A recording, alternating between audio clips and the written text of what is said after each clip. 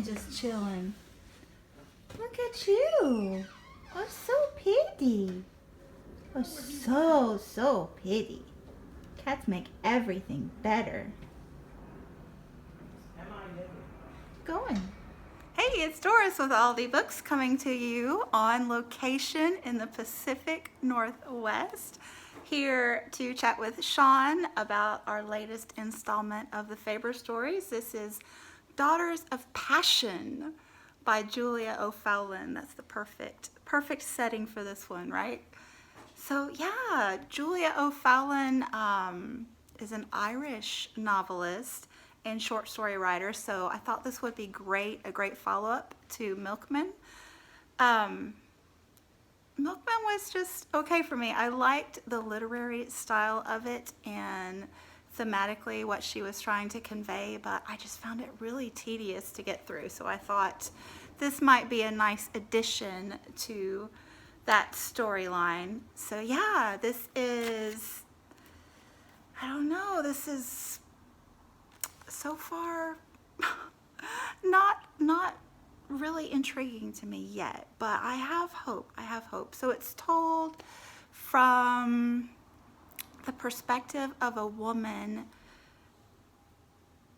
who has not eaten for 12 days. So it's very disjointed as she is flashing back to stories from her Catholic upbringing in her youth and more modern times. So she's interspersing the problem into the storyline with some of her friends and what they're going through. So yeah, I'm interested just because of the topic. I'm not sure the storyline is intriguing me yet, but maybe.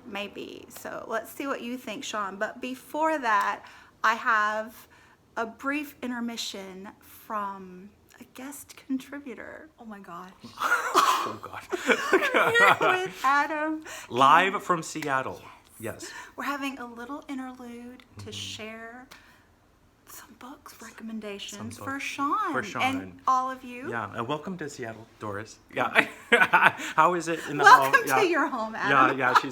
She's under my dome. Okay. The first booktuber that I've allowed in my personal bubble, so it's big. But yeah, we've been petting Fellini, okay? Yeah, one of the cats is hiding, but yeah. It's glorious. Yeah. My fur babies. I'll share a clip. Okay. Insert here, another interlude. Okay.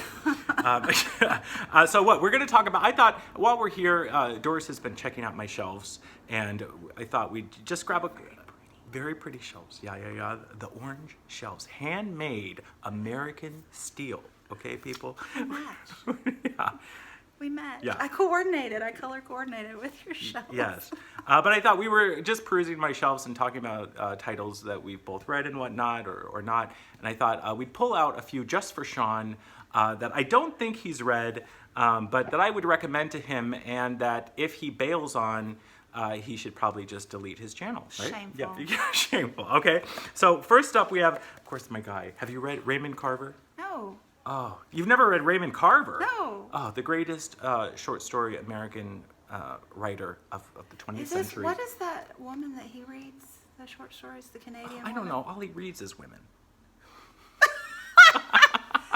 No. Canadian. Yeah, I bailed on it. Dear Lord, Alice Monroe. Oh God. I bailed on a Shawn. Well, yeah. Well, it happens. She's hit or miss. Yeah. But Raymond Carver, which the title is "Will You Please Be Quiet, Please," which is actually the same thing I sometimes say when I watch Shawn's videos. So that kind of.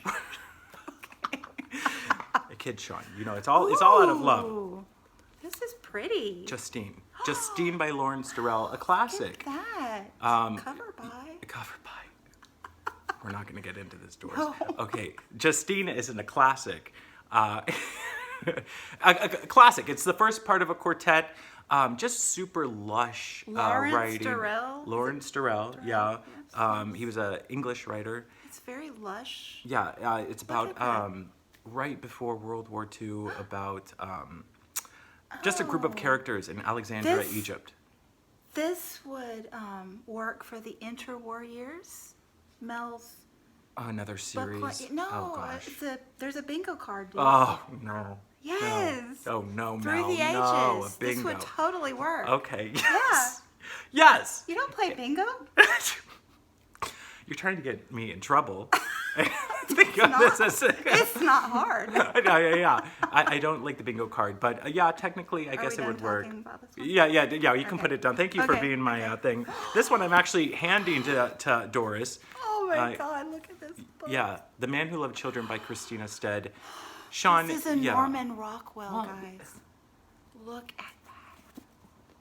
But it's by this woman, Christina Stead, this Australian-born, but she She's wrote an primarily in Aussie. America. Yeah, but she Aussie. wrote primarily in America, and this is like one of the greatest American epics of the 20th century, a total buried classic, and she's not even born from America. But yeah, Shawn, you would love it if you bailed on it. We can buddy read it, Shawn. Oh God, It's big though. Well, there might be a 10-page chunk that's Don't a little bail. dry, so Don't bail. Power through, Shawn. Jesus Christ. How about some Guter? Some Guter. Guter, Faust. Guter, Faust. Come on. Foss? Faust. You say Faust? Yes, Faust. The classic. Does that say Foss? Well, this is a bind up. What is Doris. that? Guter. Gooter? Yeah. I don't know how to say that. Okay, I'm maybe not maybe Guter's a little much for both Doris and Shawn, but you don't got to read. Yeah, I mean, I'm not saying So, Shawn needs we to don't read have the to whole work. book. Yeah, just the Which one? Faust, his famous. You say Faust? I always said Faust. Well, God, I'm showing my ignorance. Faust or Faust. Trust me, I get in trouble for my pronunciation. But yeah, that's Okay. Whew. If you bail on it, Shawn, delete the channel. Just delete the channel. And then finally, you said you think Shawn read this. I don't think you Maybe. did.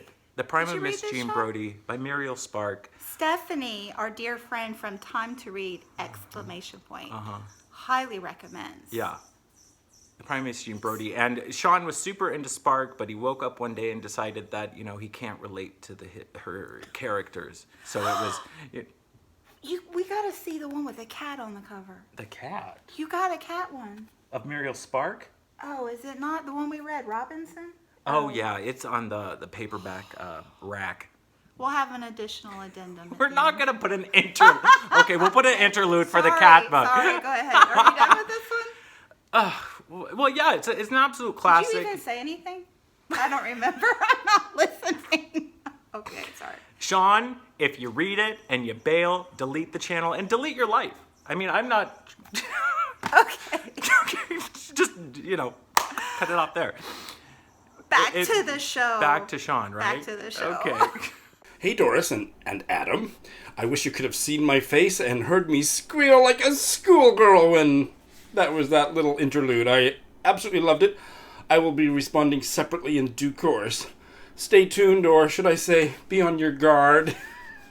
So yeah, Doris, this story, I'm kind of with you. I don't know how I feel about it. I actually reread the first 14 pages today because it had been a while since I read them, and I liked them better on the second reading. So I don't know if you might want to try that, but I don't know if I like it. It's really going to depend what happens from here on in.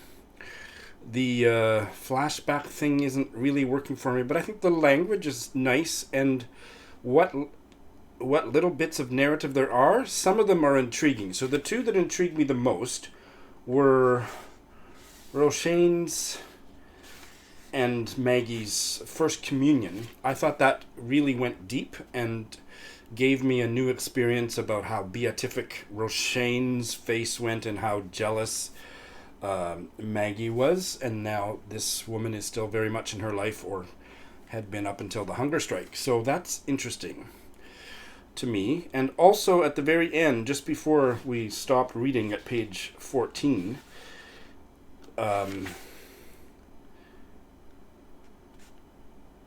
Roshaine's mother-in-law comes. Roshaine's husband had been abusive and she had left him, and she's living with Maggie and what's the other woman's name?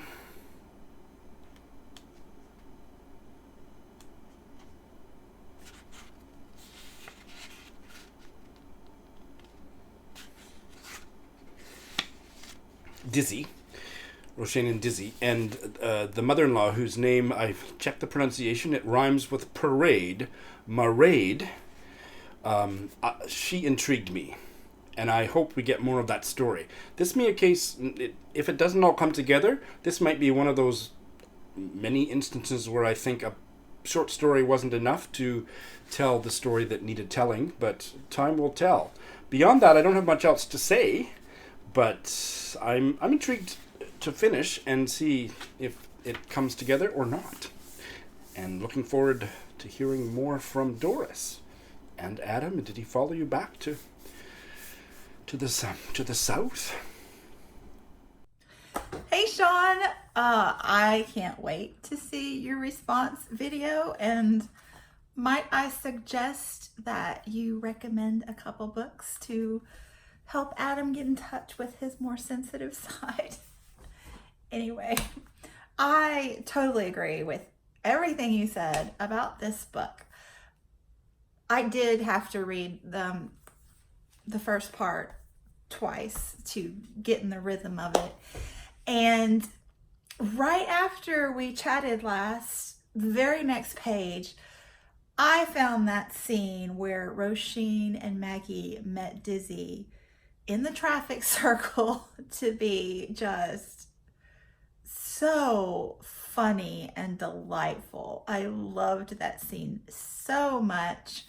I like this book a lot, and the other thing I agree with you about is that it wasn't long enough. It was kind of an introductory sketch to these characters in this situation, in this setting, and it would have been fabulous if it was lengthened into a novella or a full-length novel. That would have been perfect. So yes, I'm definitely very much interested in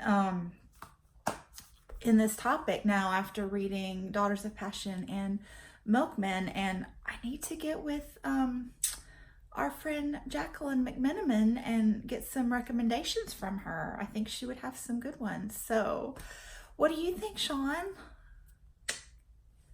Hey, Doris. Well, yeah, I liked it a lot.